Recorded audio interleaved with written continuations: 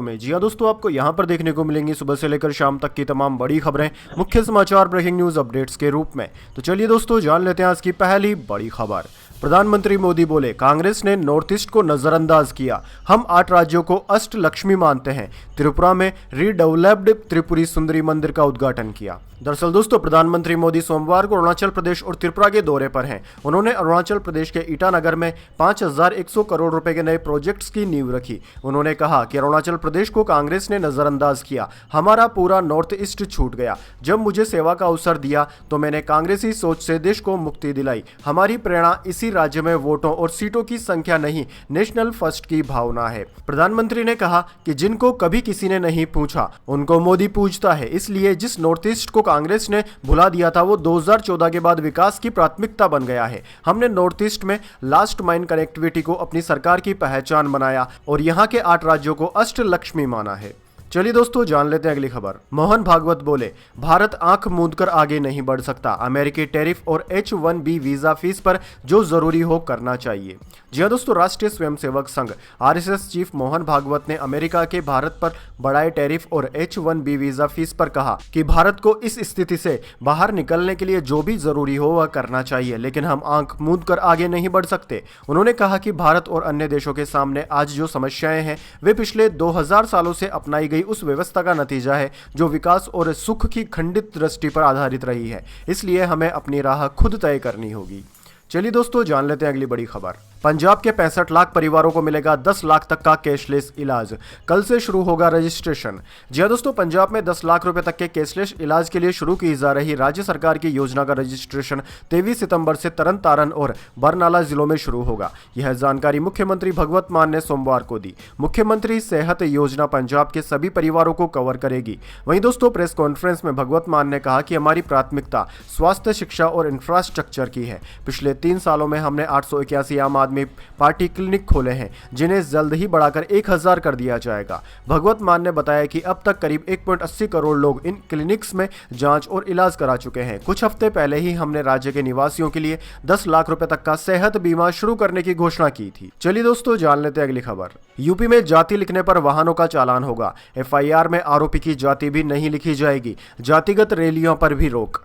जी हाँ दोस्तों, यूपी सरकार ने जातीय भेदभाव रोकने के लिए बड़ा कदम उठाया है। अब पुलिस रिकॉर्ड, नोटिस बोर्ड और गिरफ्तारी मेमो में आरोपी की जाति का जिक्र नहीं किया जाएगा। दोस्तों, खास बात यह है कि आरोपी के पिता के नाम के साथ अब माता का नाम भी दर्ज किया जाएगा। इलाहाबाद हाईकोर्ट के आदेश के बाद रविवार को कार्यवाहक मुख्य सचिव दीपक कुमार ने यह आदेश जारी किया। कहा कि समाज में जातीय विभाजन बढ़ाने वाले किसी भी प्रवृत्ति को बर्दाश्त नहीं किया जाएगा। वाहनों पर जाति लिखकर घूमने वालों का चालान होगा, जातीय स्टिकर, नारे हटाए जाएंगे, जाति आधारित रैलियों पर भी अब प्रतिबंध रहेगा।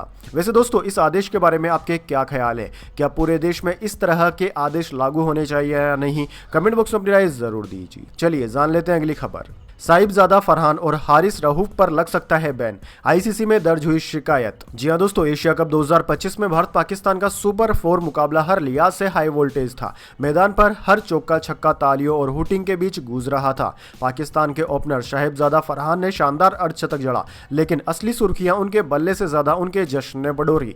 दरअसल दोस्तों, फरहान ने छक्का जड़ते ही गन फायरिंग स्टाइल में जश्न मनाया। यह इशारा साफ था, बल्ले से नहीं बंदूक से फायरिंग की नकल। क्रिकेट को हमेशा से खेल भावना और सज्जनता का प्रतीक माना गया है, लेकिन जब खिलाड़ी मैदान पर बंदूक चलाने की नकल करे तो यह खेल से ज्यादा हिंसा और कट्टरता का प्रतीक बन जाता है।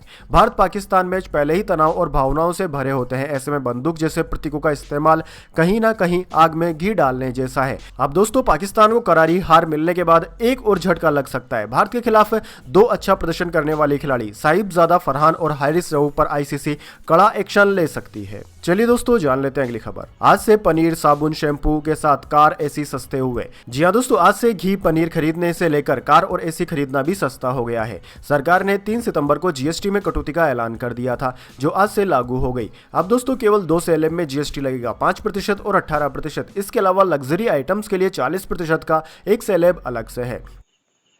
सरकार ने टैक्स सिस्टम को आसान बनाने के लिए ऐसा किया है। जीएसटी काउंसिल की 56वीं मीटिंग में इस पर फैसला लिया गया था। चलिए दोस्तों जान लेते हैं अगली खबर। आधे राजस्थान से मानसून लौटा, 3 राज्यों से विदाई। एमपी में 30 सितंबर से वापसी होगी। बिहार में अगले 1 हफ्ते तक बारिश होगी। जी हां दोस्तों, राजस्थान, पंजाब और गुजरात से मानसून की वापसी होने लगी है। मध्य प्रदेश में लौटते मानसून के चलते बारिश का दौर जारी है। प्रदेश में अगले 10 दिन और बारिश होगी। 30 सितंबर के बाद एमपी से मानसून लौटने लगेगा। वहीं दोस्तों बिहार में बारिश का येलो अलर्ट जारी किया गया है। अगले 1 हफ्ते मानसून की एक्टिविटीज जारी रहेगी। इस दौरान कई जिलों में भारी बारिश होने की भी संभावना है। उधर दोस्तों यूपी में बारिश से नदियां उफान पर है। लखीमपुर खीरी, बलिया, गोंडा समेत 8 जिलों के कुछ इलाकों में बाढ़ जैसे हालात बने हुए हैं।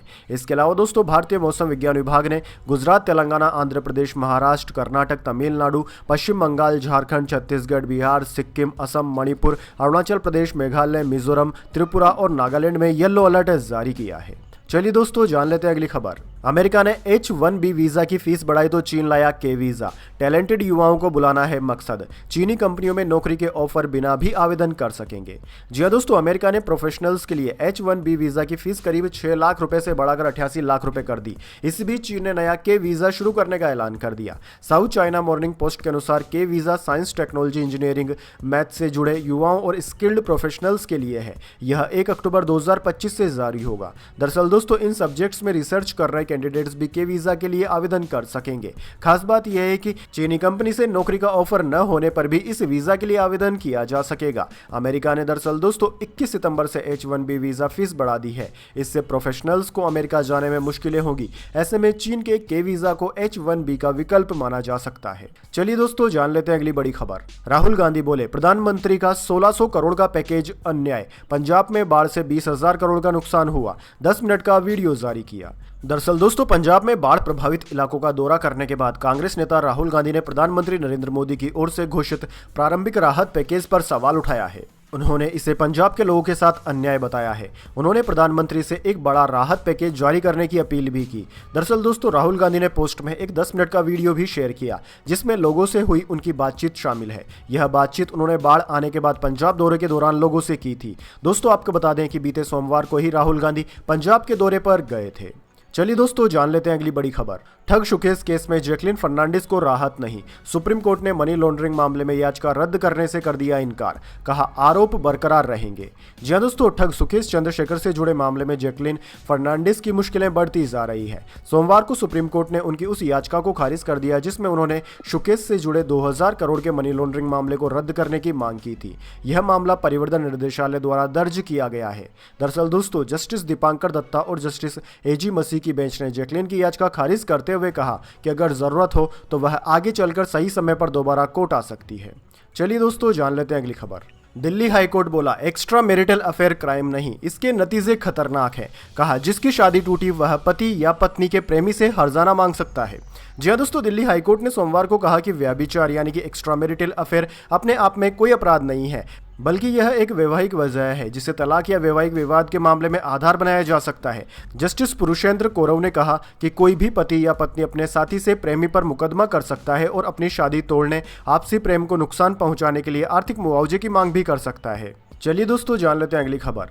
24 घंटे में 4 देशों ने फिलिस्तीन को मान्यता दी। ब्रिटेन, कनाडा शामिल। अब तक 150 देश कर चुके हैं समर्थन। अमेरिका अब भी खिलाफ। जी हां दोस्तों, पिछले 24 घंटे में ब्रिटेन, कनाडा, ऑस्ट्रेलिया और पुर्तगाल ने फिलिस्तीन को औपचारिक तौर पर एक स्वतंत्र देश के रूप में मान्यता दे दी है। इससे फिलिस्तीन को मान्यता देने वाले देशों की संख्या अब करीब 150 हो गई है। ब्रिटेन के प्रधानमंत्री कीर स्टारमर ने कहा कि 2 राष्ट्र समाधान ही शांति का रास्ता है। वहीं पुर्तगाल के विदेश मंत्री पाउलो रेंजल ने कहा कि फिलिस्तीन को मान्यता देना ही स्थायी शांति का एकमात्र रास्ता है। चलिए दोस्तों जान लेते हैं अगली बड़ी खबर। DUSU अध्यक्ष पर गहराया विवाद, बदल सकता है चुनाव का परिणाम। दिल्ली हाईकोर्ट का नोटिस जारी।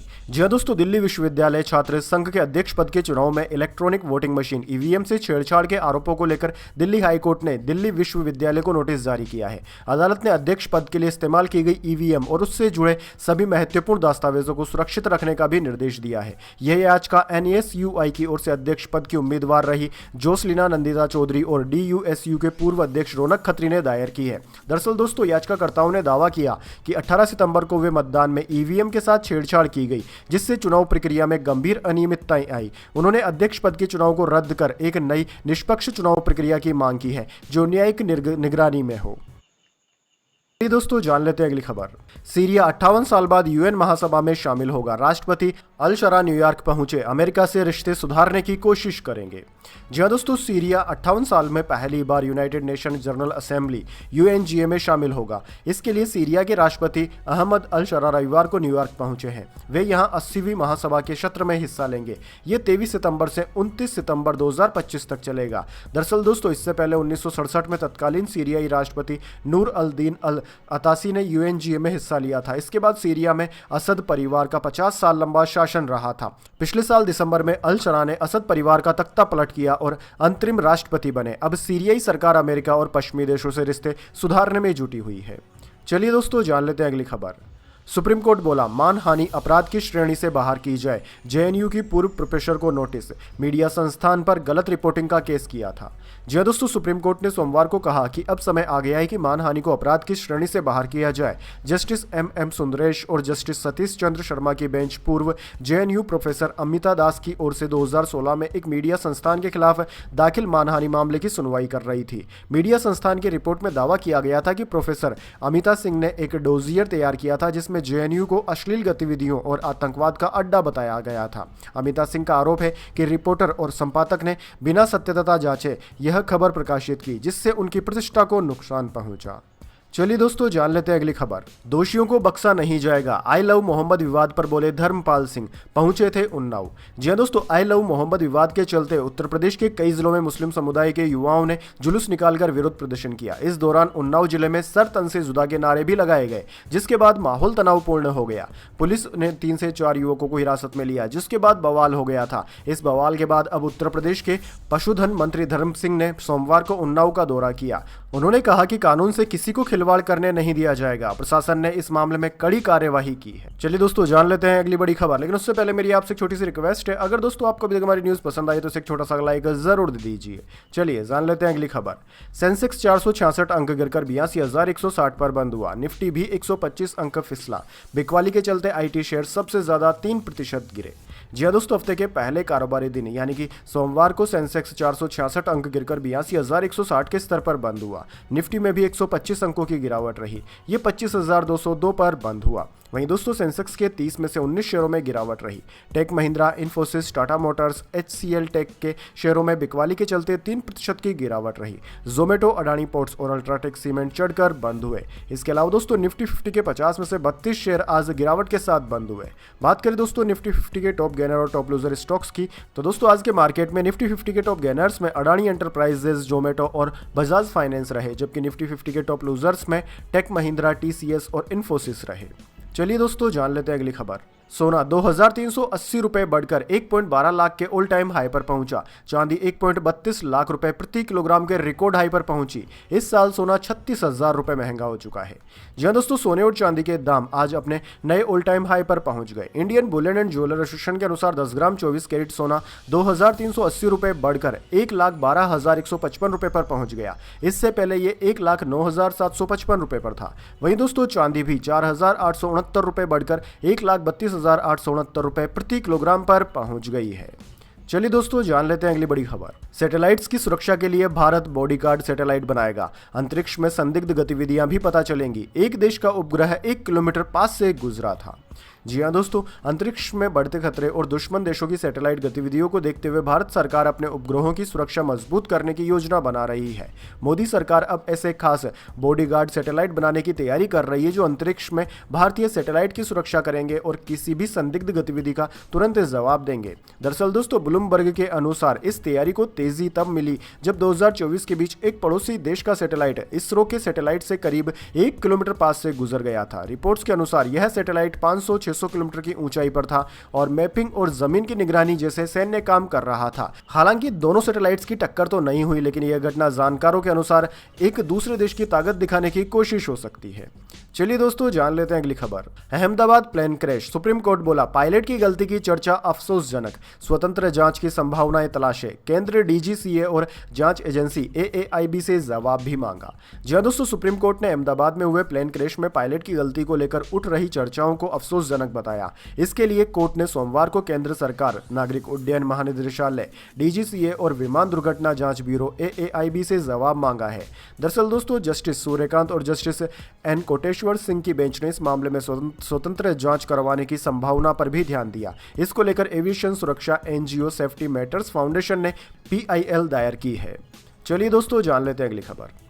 सभी पढ़ी लिखी पत्नियां पति पर बोझ नहीं, अगर पत्नी की इनकम के सबूत नहीं तो पति को गुजारा भत्ता देना होगा।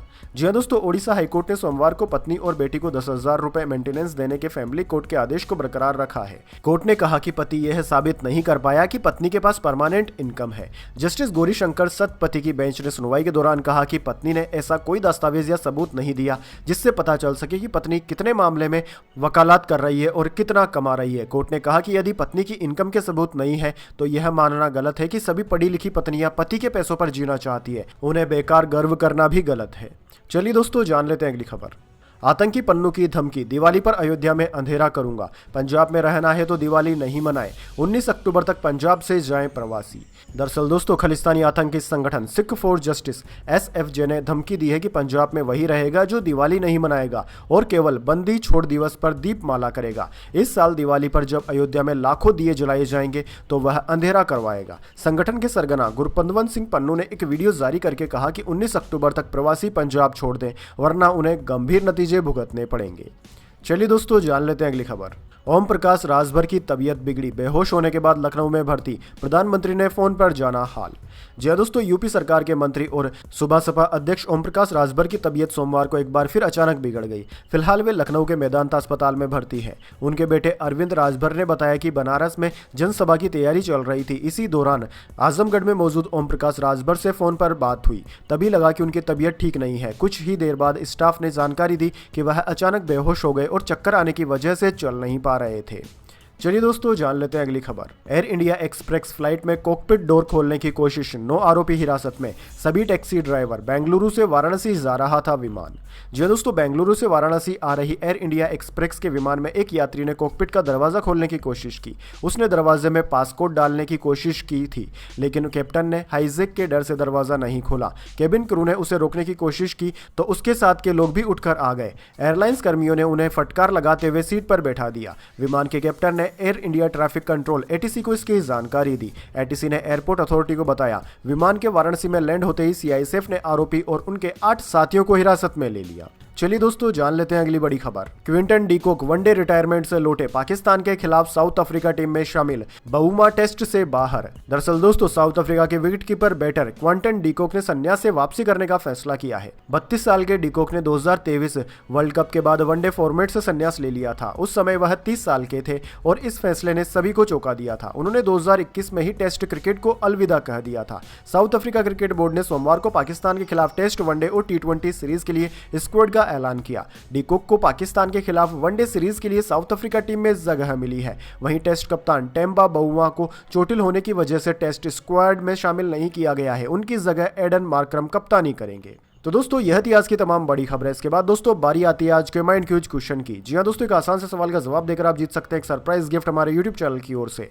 तो दोस्तों आज का सवाल आपकी स्क्रीन पर आ चुका है। भारत के किस राष्ट्रपति को मिसाइल मैन के नाम से जाना जाता है? जी हां दोस्तों, अगर आप जानते हैं भारत के उस राष्ट्रपति का नाम जिनको कि मिसाइल मैन के नाम से भी जाना जाता है तो जल्दी से उनका नामकरण उसमें लिख दीजिए। अगर दोस्तों आपका जवाब होता है एकदम सही और आप चुन जाते हैं लकी विजेता के रूप में, तो आपको मिल सकता है एक सरप्राइज गिफ्ट हमारे यूट्यूब चैनल की ओर से। तो दोस्तों जल्दी से अपना उत्तर कमेंट बॉक्स में लिख दीजिए, वीडियो को लाइक कर लीजिए और चैनल को सब्सक्राइब करके बेल आइकन भी दबा लीजिए। धन्यवाद। वंदे मातरम। जय हिंद, जय भारत।